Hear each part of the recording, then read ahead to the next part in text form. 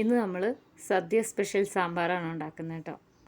സാധാരണ നമ്മൾ ഉണ്ടാക്കുന്ന സാമ്പാറിൽ നിന്നൊക്കെ കുറച്ച് വ്യത്യസ്തമായിട്ടാണ് ഈ സദ്യ സ്പെഷ്യൽ സാമ്പാർ ഉണ്ടാക്കിയെടുക്കുന്നത്. വളരെ എളുപ്പത്തിൽ നമുക്ക് വീട്ടിൽ ഉണ്ടാക്കിയെടുക്കാവുന്നതേ ഉള്ളൂ കേട്ടോ. അപ്പോൾ ഇതിനായിട്ട് ഞാനിവിടെ കുറച്ച് പച്ചക്കറികൾ എടുത്തിട്ടുണ്ട്. വെണ്ടയ്ക്ക ഉണ്ട്, സവാള, ഉരുളക്കിഴങ്ങ്, പടവലങ്ങ, വെള്ളരിക്ക, കുമ്പളങ്ങ, തക്കാളി, ക്യാരറ്റ്, പച്ചമുളക്, മുരിങ്ങയ്ക്ക, ഇതെല്ലാം നമുക്ക് അരിഞ്ഞെടുക്കാം കേട്ടോ. അപ്പോൾ ഇനി നമുക്ക് ആവശ്യം ഒരു നെല്ലിക്ക വലിപ്പത്തിലുള്ള പുളിയാണ്.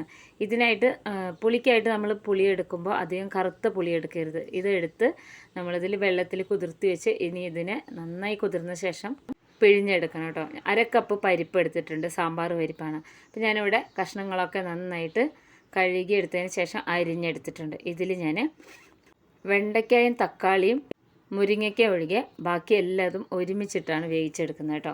നമ്മൾ എളുപ്പത്തിനായിട്ട് ഞാനിവിടെ കുക്കറിലാണ് ഉണ്ടാക്കുന്നത്. അപ്പോൾ അത് അരക്കപ്പ് പരിപ്പ് കഴുകിയെടുത്തിട്ടുണ്ട്. ഇനി ഇതിലേക്ക് ഞാൻ എടുത്തിരിക്കുന്നത് വെള്ളരിക്കയാണ് കേട്ടോ. എല്ലാം ചെറിയ ചെറിയ കഷ്ണങ്ങളാക്കിയിട്ടാണ്. കുമ്പളങ്ങ ഇട്ട് കൊടുത്തു, ക്യാരറ്റ് ഇട്ട് കൊടുത്തിട്ടുണ്ട്. അപ്പോൾ കുറേശ്ശെ മതി. ഒരുപാട് പച്ചക്കറികൾ ഇഷ്ടമുള്ളവർക്ക് ഒരുപാട് ചേർത്ത് കൊടുക്കാം കേട്ടോ. സവാള, പടവലങ്ങ, പച്ചമുളക് ഇതുപോലെ കീറിയിട്ടതാണ്. ഇനി ഇതിലേക്ക് ചേർത്ത് കൊടുക്കുന്നത് ഉരുളക്കിഴങ്ങാണ്. എല്ലാം ഏതാണ്ട് ഒരേ വലിപ്പത്തിലാണ് എടുത്തിട്ടുള്ളത് കേട്ടോ. 1 സ്പൂൺ നിറയെ ഉപ്പും കൂടെ ചേർത്ത് കൊടുത്തിട്ടുണ്ട്. മഞ്ഞൾപ്പൊടി 1/2 സ്പൂൺ ചേർത്ത് കൊടുത്തിട്ടുണ്ട്. ഇനി ഇത് വേകാൻ ആവശ്യമായിട്ടുള്ള വെള്ളമാണ് കേട്ടോ. വെള്ളം ഇത് കറി ആവശ്യമാണ്. അതുകൊണ്ട് തന്നെ നമ്മൾക്കിതിലേക്ക് 1.5 കപ്പോളം വെള്ളം ഒഴിച്ചു കൊടുക്കുന്നുണ്ട്. അപ്പോൾ കായപ്പൊടിയാണെങ്കിൽ നമുക്ക് പിന്നീട് ഇട്ട് കൊടുക്കാം. കട്ടക്കായമാണെങ്കിൽ ഈ ഒരു സമയത്ത് ഇതിലിട്ട് കൊടുക്കാം കേട്ടോ. നന്നായിട്ട് ഇളക്കിയെടുത്തതിന് ശേഷം ഇതുപോലെ ഒതുക്കി വെച്ച് നമ്മൾ കുക്കർ അടച്ച് വെച്ച് മീഡിയം ഫ്ലെയിമിൽ 1 വിസിൽ പോയാൽ മതി. കറക്റ്റ് വേഗമായിട്ട് കിട്ടും കേട്ടോ. പരിപ്പൊക്കെ നന്നായിട്ട് വെന്ത് കിട്ടും. ഒറ്റ വിസിൽ പോയാൽ മതി. വീണ്ടും ഇത് വിസിൽ പോയി കഴിഞ്ഞാൽ ഒരുപാട് ഉടഞ്ഞു പോവും.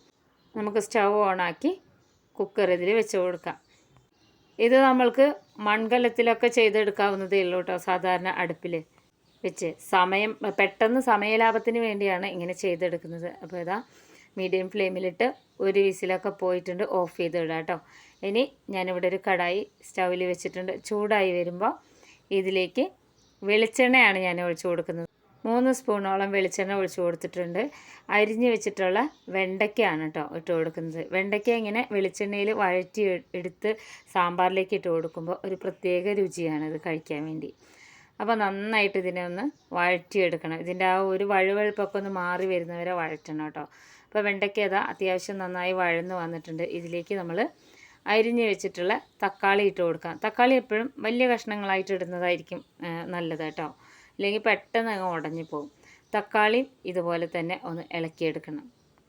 നമ്മൾ സാധാരണ പെട്ടെന്ന് ഉണ്ടാക്കുന്ന ഇഡ്ലിക്കും ദോശയ്ക്കും ഉണ്ടാക്കുന്ന സാമ്പാർ പോലെയല്ല സദ്യ സ്പെഷ്യൽ സാമ്പാർ എന്ന് പറഞ്ഞു കഴിഞ്ഞാൽ ഈ ഒരു രീതിയിലാണ് കേട്ടോ ഞാൻ ഉണ്ടാക്കുന്നത്. ഇനി ഇതിലേക്ക് തക്കാളി വഴന്നതിന് ശേഷം മല്ലിപ്പൊടി ഇട്ട് കൊടുക്കണം. മല്ലിപ്പൊടി ഞാനിവിടെ 3 സ്പൂണോളം ഇട്ട് കൊടുക്കുന്നുണ്ട്. 3 സ്പൂൺ നിറയെ ഇട്ട് കൊടുക്കുന്നുണ്ട്. മുളക് പൊടി 1.5 സ്പൂണോളം ചേർത്ത് കൊടുക്കുന്നുണ്ട് കേട്ടോ. അപ്പോൾ കാശ്മീരി മുളക് പൊടിയാണ് ഞാനിവിടെ ഇട്ടിട്ടുള്ളത്.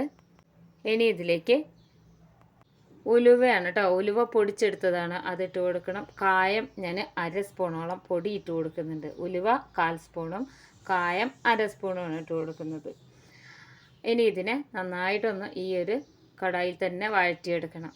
നമ്മളിത് വറുത്തരയ്ക്കൊന്നും ചെയ്യുന്നില്ല കേട്ടോ. 2 തരത്തിലാണ് സദ്യ സാമ്പാർ ഉണ്ടാക്കുന്നത്. ഒന്ന് തേങ്ങ വറുത്തരച്ച സാമ്പാറും ഒന്ന് ഇങ്ങനെയുള്ള സാമ്പാറും. കോമൺ ആയിട്ടുള്ളത് ഈ ഒരു രീതിയിലുള്ളൊരു സാമ്പാറാണ്. അപ്പോൾ അത്യാവശ്യം നന്നായി വഴന്ന് വന്നിട്ടുണ്ട്. ഇനി നമുക്ക് സ്റ്റവ് ഓഫ് ചെയ്തിടാം. അപ്പോഴേക്കും നമ്മുടെ കുക്കറൊക്കെ ചൂടാറിയിട്ടുണ്ട്. നമുക്ക് തുറന്ന് നോക്കാം.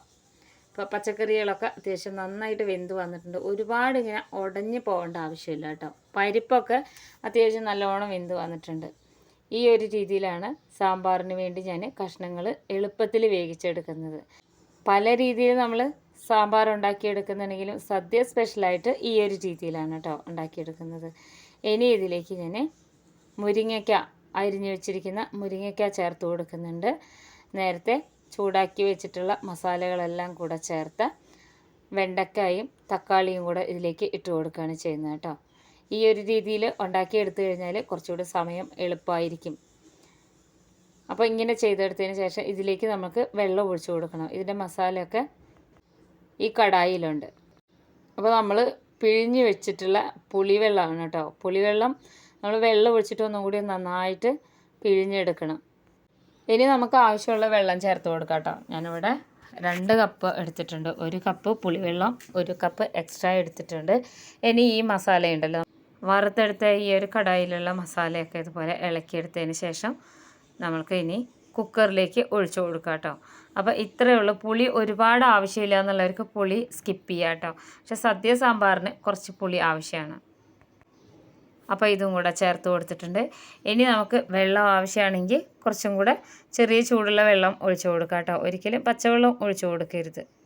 പിന്നെ ഇത് തിളച്ച് വരുമ്പോൾ തന്നെ മുരിങ്ങക്കായൊക്കെ നന്നായിട്ട് വെന്ത് വരും. ഇനി നമ്മൾക്കിത് സ്റ്റൗവിൽ വെക്കാം. ഈ കുക്കറിന് സ്റ്റൗവിൽ വെച്ച് നന്നായിട്ട് തിളപ്പിച്ചെടുക്കണം. എന്നാലാണ് മുരിങ്ങയ്ക്ക വെന്ത് വരുള്ളൂ. അപ്പോൾ ഞാനിവിടെ സ്റ്റൗവിൽ വെച്ചിട്ടുണ്ട്. ചെറുതായിട്ട് തിളയൊക്കെ വരുന്നുണ്ട് കേട്ടോ. ഇത് നമ്മൾ മീഡിയം ഫ്ലെയിമിൽ തന്നെ ആക്കി വെക്കണം. ഇത് തിളച്ച് ഈ ഒരു വെണ്ടയ്ക്കായും മുരിങ്ങയ്ക്കായും ഒക്കെ ഈ കൂട്ടിലേക്ക് ഇടുന്ന നന്നായിട്ട് ഈ മസാലയൊക്കെ ഇതിൽ പിടിച്ച് വരണം. ഇടയിലൊക്കെ ഇതുപോലെ ഒന്ന് ഇളക്കി കൊടുക്കണം കേട്ടോ. നമ്മൾ പരിപ്പൊക്കെ നന്നായി വേവിച്ചതിന് ശേഷമാണ് വീണ്ടും നമ്മൾ സ്റ്റൗവിൽ വെക്കുന്നത്. അപ്പോൾ ഇതാ സാമ്പാർ അത്യാവശ്യം നന്നായിട്ട് തിളച്ച് വന്നിട്ടുണ്ട്. മീഡിയം ഫ്ലെയിമിൽ നിന്ന് ലോ ഫ്ലെയിമിലാക്കി കൊടുക്കണം കേട്ടോ. നമുക്ക് ഈ ഒരു മുരിങ്ങയ്ക്കയൊക്കെ വെന്ത് കിട്ടാൻ വേണ്ടിയിട്ടാണ്. ഒരു 2-3 മിനിറ്റിനുള്ളിൽ തന്നെ മുരിങ്ങയ്ക്കയൊക്കെ വെന്ത് നന്നായി തിളച്ച് പാകമായി വന്നിട്ടുണ്ട്. ഇനി നമുക്ക് സ്റ്റൗ ഓഫ് ചെയ്യാം കേട്ടോ. നമ്മുടെ സാമ്പാർ ഇപ്പോൾ ഇവിടെ റെഡി ആയിട്ടുണ്ട്, കഷ്ണങ്ങളൊന്നും ഉടഞ്ഞു പോവാതെ. ഇനി ഈ കുക്കറിൽ നിന്ന് ഞാനിത് ഒരു പാത്രത്തിലേക്ക് മാറ്റുവാണ് കേട്ടോ. ഈ ഒരു രീതിയിലാണ് ഉണ്ടാക്കിയെടുക്കുന്നത്. ഇനി നമുക്കിതൊന്ന് താളിച്ചെടുക്കാം. അതിനായിട്ട് കടായി സ്റ്റൗവിൽ വെച്ചിട്ടുണ്ട്. ഇതിലേക്ക് ഞാൻ 2 ടേബിൾ സ്പൂണോളം വെളിച്ചെണ്ണയും 1 സ്പൂണോളം കടുകും കൂടെ ഇട്ട് കൊടുത്തിട്ടുണ്ട്. കടുക് നന്നായിട്ടൊന്ന് പൊട്ടി വരുന്ന സമയത്ത് ഉണക്കമുളക് ചേർത്ത് കൊടുക്കാം, കറിവേപ്പില ചേർത്ത് കൊടുക്കാം. അപ്പോൾ ഇതെല്ലാം ഒന്ന് നന്നായിട്ടൊന്ന് മൂത്ത് വരണം കേട്ടോ, ഈ ഉണക്കമുളകും കറിവേപ്പിലയും. അതുകൊണ്ട് തന്നെ നമുക്കിതുപോലെ ഒന്ന് ഇളക്കി യോജിപ്പിച്ച് കൊടുക്കാം ഈ രീതിയിൽ. അപ്പോൾ ഇത് നന്നായിട്ടൊന്ന് മൂത്ത് വന്നതിന് ശേഷം സ്റ്റൗ ഓഫ് ചെയ്ത് വെച്ച് ഇതിലേക്ക് ഒരു 1/4 സ്പൂണോളം ഉലുവ പൊടിച്ച് വെച്ചത് ചേർത്ത് കൊടുക്കണം കേട്ടോ. ഇതിന് പകരം ഉലുവ ചതച്ചെടുത്താലും മതി. അപ്പോൾ ഇനി നന്നായിട്ട് ഇളക്കി കൊടുത്തതിന് ശേഷം നമുക്ക് ഇനി ഇത് കറിയിലേക്ക് ഒഴിച്ചു കൊടുക്കാം. ഈ ഒരു രീതിയിൽ കറി താളിച്ചിട്ട് കഴിഞ്ഞാൽ ഒരു പ്രത്യേക രുചിയാണ് കേട്ടോ ഇത് കഴിക്കാൻ. അപ്പോൾ അതാ സാമ്പാറിലേക്ക് നമ്മളിത് താളിച്ചൊഴിക്കുകയാണ് ചെയ്യുന്നത്. നമ്മൾ ടേസ്റ്റി ആയിട്ടുള്ള സദ്യ സാമ്പാർ ഇവിടെ റെഡി ആയിട്ടുണ്ട്. ഈ ഓണത്തിന് എല്ലാവരും ഉണ്ടാക്കി നോക്കണം കേട്ടോ, വളരെ ഇഷ്ടമാവും. എത്ര വിരുന്നുകാർ വന്നാലും നമുക്ക് വളരെ സിമ്പിളായിട്ട് ഉണ്ടാക്കിയെടുക്കാം. ഇഷ്ടപ്പെട്ട ഫ്രണ്ട്സിനൊക്കെ ഒന്ന് ഷെയർ ചെയ്ത് കൊടുക്കണേ. അതുപോലെ തന്നെ നമ്മുടെ ചാനലൊന്ന് സബ്സ്ക്രൈബ് ചെയ്ത് വയ്ക്കാൻ മറക്കരുത്. ഫേസ്ബുക്കിൽ പേജ് ഫോളോ ചെയ്യാനും മറക്കരുത് കേട്ടോ. വീഡിയോ ഇഷ്ടമായ എല്ലാവരും ഒന്ന് ലൈക്ക് ചെയ്തും വെച്ചേക്കണേ. അപ്പോൾ ഇതുപോലുള്ള ഈസി ഓണം റെസിപ്പീസുമായിട്ട് നമുക്കിനി അടുത്ത വീഡിയോയിൽ കാണാം കേട്ടോ.